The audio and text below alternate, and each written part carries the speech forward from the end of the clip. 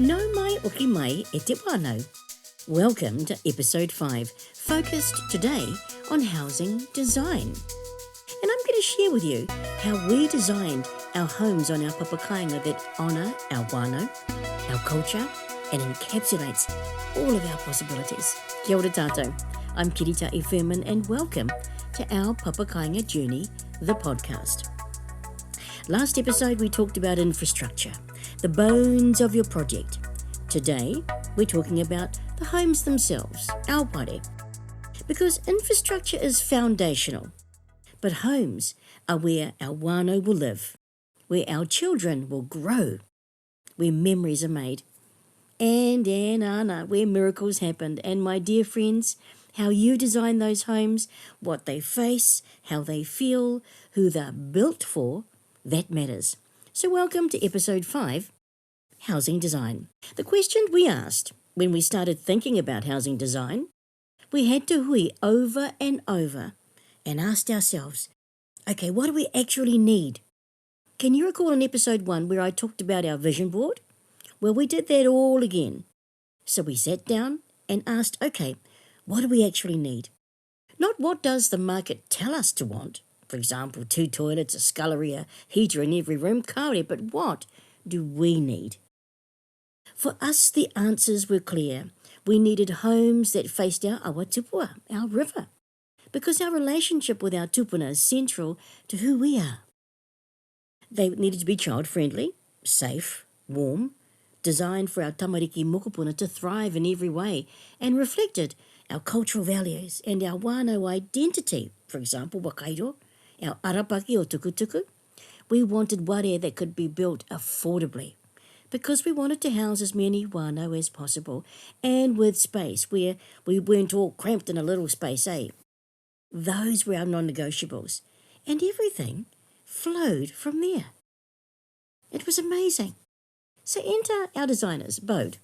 We brought Bode in from Otaki to translate those non-negotiables into actual house designs.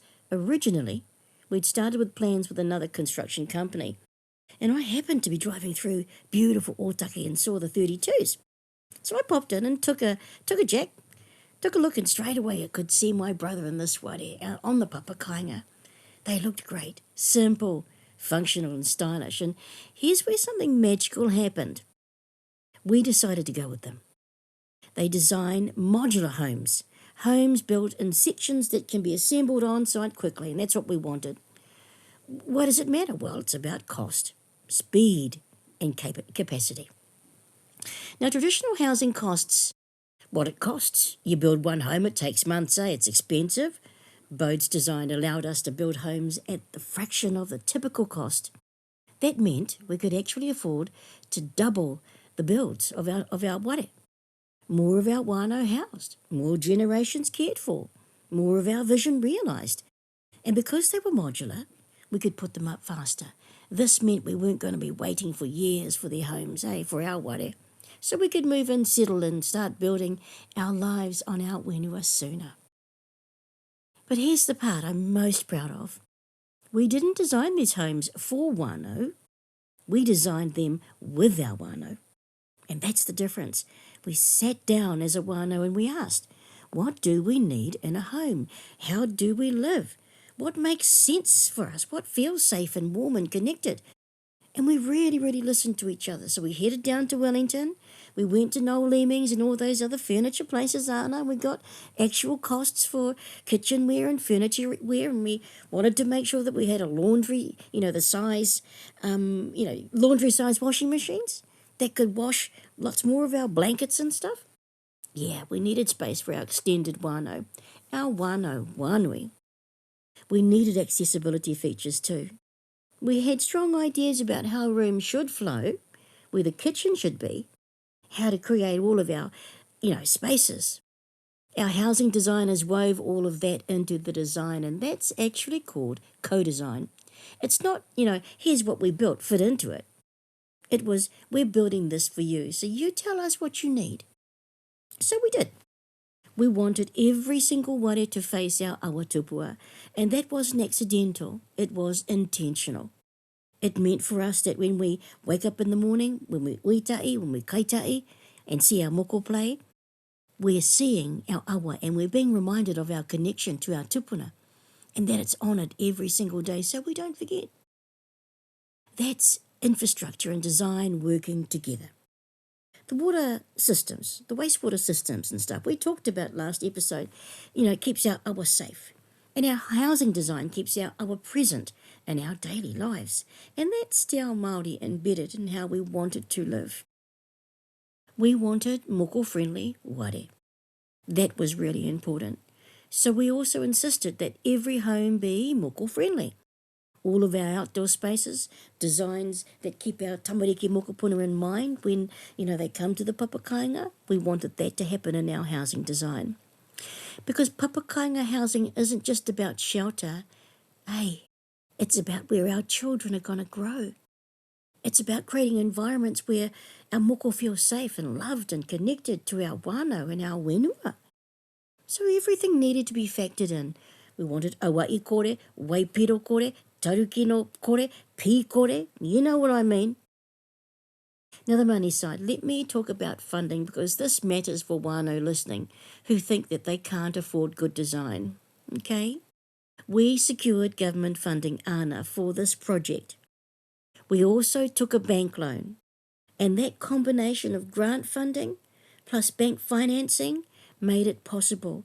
But here's what that required. We had to have a solid plan. A feasibility study I talked to you about before, professional design, clear budgets, evidence that we were serious and that the investment would work. And that's what government funders and banks want to see. They don't want to see dreams, they want to see evidence. And for us, Bode's modular design made that evidence even stronger because it was reducing the cost per home and we could house more wānau with the same funding. Now that's pretty smart, pretty efficient. And that was also attractive to our funders. So, the land transformation. Here's something I really want you to hear. When we bought this land, we paid $10,000 for it. 10 grand. It was a blank canvas, underdeveloped. Nobody thought it was worth much. Today, the latest valuation is $4.5 million.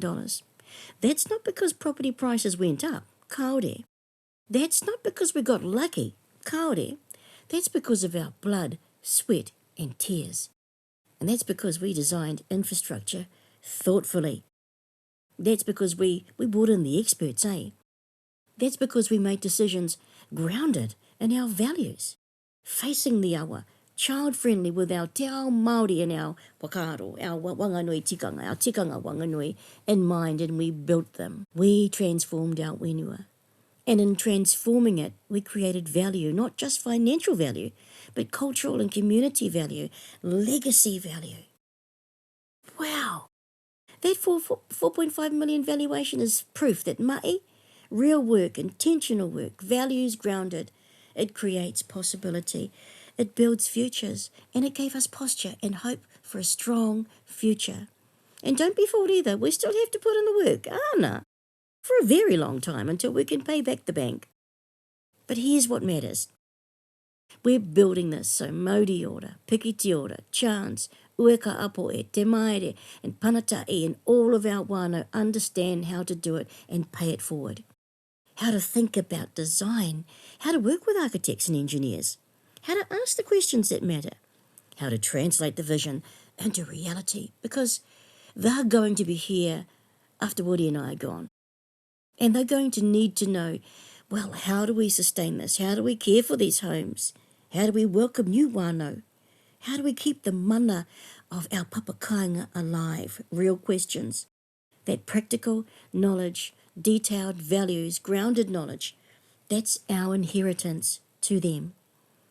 And so our listeners, housing design isn't about following a template. It's about asking, what do we need? What do we value? How do we want to live? And then finding the experts, the architects, the designers, the builders, who will listen to those questions and help you build the answers. E te wānau, we designed our homes that were affordable, that can be built quickly, that honour our values, and that will house my wano for generations. That's what good design does. It serves our people it's built for. And so if you're thinking about building on your whenua, ask yourself, what are your non-negotiables? Who do we need on our team? How do we make sure the homes we build reflect us, you? Those questions will lead you to the right design, and the right design will change everything. There you have it, lots to digest, eh? I've shown you in episode 4 the infrastructure challenges. Go back to it if you need to listen to it again. How technical complexity gets translated into understanding. This episode shows our housing design story through co-design, modular innovation, and the emotional anchor. 10K to 4.5 million because of our mai. Wowee. In our next episode, I'm going to be going over the consenting process, the council navigation, the bureaucracy made real. And I want to answer some of your partai in a bit of a Q&A session. So feel free to leave these questions in the Spotify comments or simply PM me via Facebook. That's us, really short today. But e te wano, kia ka'a. Your homes are where your legacy lives, eh? It's been a pleasure sharing our Kimi Ora Papakainga kōrero with you today. Keep going, have our moko in mind. Ana, mā te are ki koutou, tātou katoa e manaaki. Tēnā koutou, tēnā koutou, tēnā tātou katoa.